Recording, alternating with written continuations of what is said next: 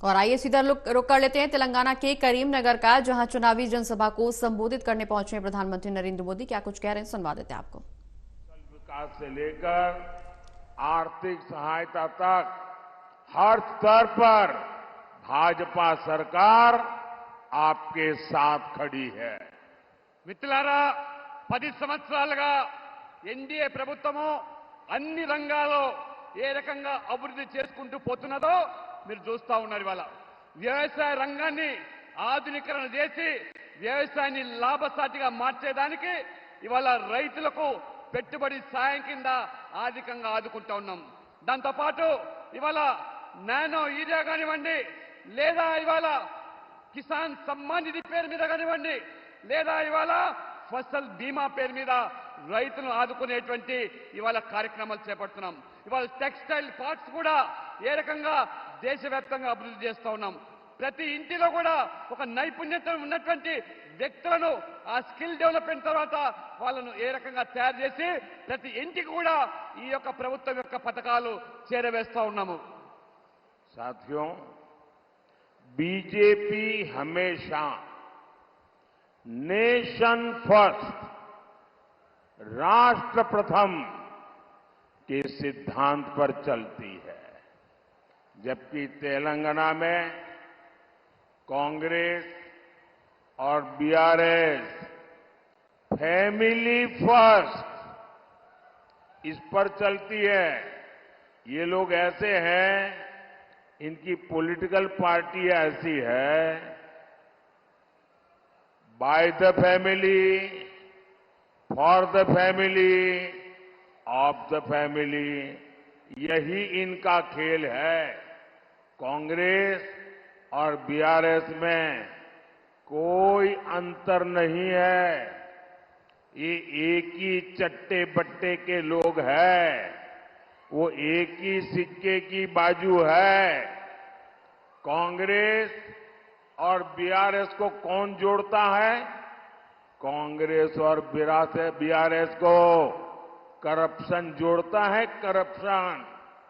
Congress BRS को जोड़ती है अपीजमेंट की पॉलिटिक्स, तुष्टीकरण की राजनीति। कांग्रेस और बीआरएस को जोड़ती है इनका जीरो गवर्नेंस का मॉडल। इस गठजोड़ से हमें मिलकर के तेलंगाना को बचाना है। మిత్రులారా, భారతీయ జనతా పార్టీ అంటే నేషన్ ఫస్ట్ పార్టీ, దేశమే ముఖ్యమని భావించేటువంటి పార్టీ। ఇవాళ తెలంగాణలో మనం చూస్తూ ఉన్నాము, కాంగ్రెస్ బీఆర్ఎస్ ఇది ఫ్యామిలీ ఫస్ట్ పార్టీలు, అంటే తమ కుటుంబ ప్రయోజనాలు మాత్రమే కాపాడే పార్టీలు। ఆ రకంగా ఇవాళ కాంగ్రెస్ కు బీఆర్ఎస్ కు ఉన్నటువంటి అనుబంధం ఏమిటంటే అవినీతి। ఈ రెండు పార్టీలకు ఉన్నటువంటి అనుబంధం ఏమిటంటే ఇవాళ సంతుష్టీకరణ రాజకీయాలు। ఈ రెండు పార్టీలు కూడా ఏ రకంగా ఒక నాణానికి బొమ్మ బొరసగానే వ్యవహరిస్తున్నాయి। కాబట్టి ఈ రెండు పార్టీల తేడా ఏమీ లేదు, రెండు పార్టీలు కూడా ఒకటే। ఈ తెలంగాణను ఈ రెండు పార్టీల నుంచి కాపాడాల్సిన బాధ్యత మన అందరి మీద కూడా ఉన్నది। साथियों, हमारे तेलंगाना का गठन हुआ तो आप सबने बीआरएस पार्टी पर भरोसा किया था। उस समय वो टीआरएस थी। अपनी फैमिली के लिए बीआरएस ने तेलंगाना की सारी फैमिलीज के सपने तोड़ दिए। कांग्रेस का भी यही इतिहास है। आजादी के बाद देश को कांग्रेस पार्टी से उम्मीदें थी, लेकिन कांग्रेस ने भी रास्ता क्या चुना? Family first. देश तो डूब गया और वे देश डूबे तो डूब जाए, लेकिन इनकी फैमिली को कोई फर्क नहीं पड़ता। మిత్రులారా, తెలంగాణ ఏర్పడ్డప్పుడు మనమందరం కూడా భావించాము బీఆర్ఎస్ తెలంగాణతో సాధిస్తుందని చెప్పి తెలంగాణకేదో మేలు చేస్తుందని చెప్పి. కానీ తీరా చూస్తే ఈ బీఆర్ఎస్ పార్టీ ఆ యొక్క కుటుంబం కోసం మన తెలంగాణ ప్రజల కుటుంబాలన్నీ కూడా ఏ రకంగా పణంగా పెట్టి ఆ కుటుంబ ప్రయోజనాల కోసమే పాటుపడ్డదో ఈ 10 సంవత్సరాల అనుభవంతో మనం ఇవాళ ఆవేదన వ్యక్తం చేస్తున్నాం.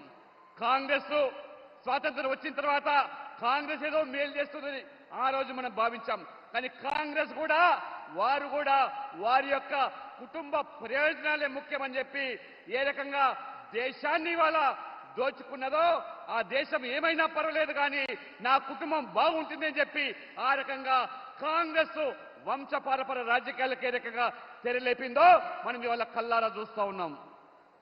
फैमिली फर्स्ट की इसी नीति की वजह से कांग्रेस ने पीवी नरसिम्हा राव जी का भी अपमान किया. उनके निधन के बाद उनके पार्थिव शरीर का भी अपमान किया. कांग्रेस दफ्तर में एंट्री तक नहीं दी. ये बीजेपी एनडीए सरकार है जिसने पीवी नरसिम्हा राव जी को भारत रत्न से सम्मानित किया. और मेरे लिए बहुत सुखद है कि कल ही मुझे उनके पूरे परिवार के साथ मुलाकात करने का, पीवी नरसिम्हा राव जी के बारे में बहुत कुछ सुनने का सौभाग्य मिला. बहुत देर तक उनके परिवार की 2-2, 3-3 पीढ़ी के साथ मैं बैठा. मैं गर्व महसूस कर रहा था कि एक परिवार ने, नरसिम्हा राव जी ने देश के लिए कितना कुछ किया और कांग्रेस ने उनके साथ कैसा व्यवहार किया. మిత్రులారా, కాంగ్రెస్ పార్టీ ఫ్యామిలీ ఫస్ట్ అంటే నిజంగా ఆ కాంగ్రెస్ పార్టీలో ఉన్నటువంటి పివి నరసింహారావు గారు ఒక గొప్ప వ్యక్తి, మేధావి. ఏ రకంగా కాంగ్రెస్ పార్టీ ఆ పివి నరసింహారావు గారిని అవమానపరిచిందో మనందరికీ తెలిసిందే. చివరికి తన మరణం తర్వాత ఆ పార్థివ శరీరాన్ని కూడా కాంగ్రెస్ కార్యాలయం తీసుకురాకుండా ఏ రకంగా బయటికి నెట్టేసి తరలించారో ఇదంతా కూడా మనం కళ్ళారా చూశాం. ఆ రకంగా ఆ అవమానాలకు కాంగ్రెస్ పార్టీ పివి నరసింహారావును గురి చేస్తే భారతీయ జనతా పార్టీ ఎన్డీఏ ప్రభుత్వము వారిని, పివి నరసింహారావు గారిని ఏ రకంగా భారత రత్న అవార్డు ఇచ్చి గౌరవించామో అది మన యొక్క సంస్కృతి. ఆ రకంగా మరి నిన్న వారి యొక్క కుటుంబ సభ్యులను హైదరాబాద్ లో 3 తరాల ఆ కుటుంబ సభ్యులను కలిసే అవకాశం వచ్చినప్పుడు పివి నరసింహారావు గురించి, వారి చరిత్ర గురించి, వారి ఖ్యాతి గురించి అనేకమైనటువంటి అనుభవాలు పంచుకోవడము నిజంగా నాకు చాలా సంతోషదాయకంగా ఉన్నది. साथियों, करप्शन, ये करप्शन एक ऐसी फेविकोल है जो कांग्रेस और बीआरएस का कॉमन कैरेक्टर है. ये दोनों एक दूसरे पर भ्रष्टाचार के आरोप लगाते हैं, लेकिन बैकडोर से दोनों ही एक ही करप्शन सिंडिकेट का हिस्सा है. आप मुझे बताइए, बीआरएस वाले कांग्रेस पर कैश फॉर वोट का आरोप लगाते थे ना, लेकिन जब तक वो सत्ता में रहे कभी जांच करवाई क्या? कांग्रेस विपक्ष में थी तो बीआरएस पर कालेश्वरम घोटाले का आरोप लगाती थी या नहीं लगाती थी?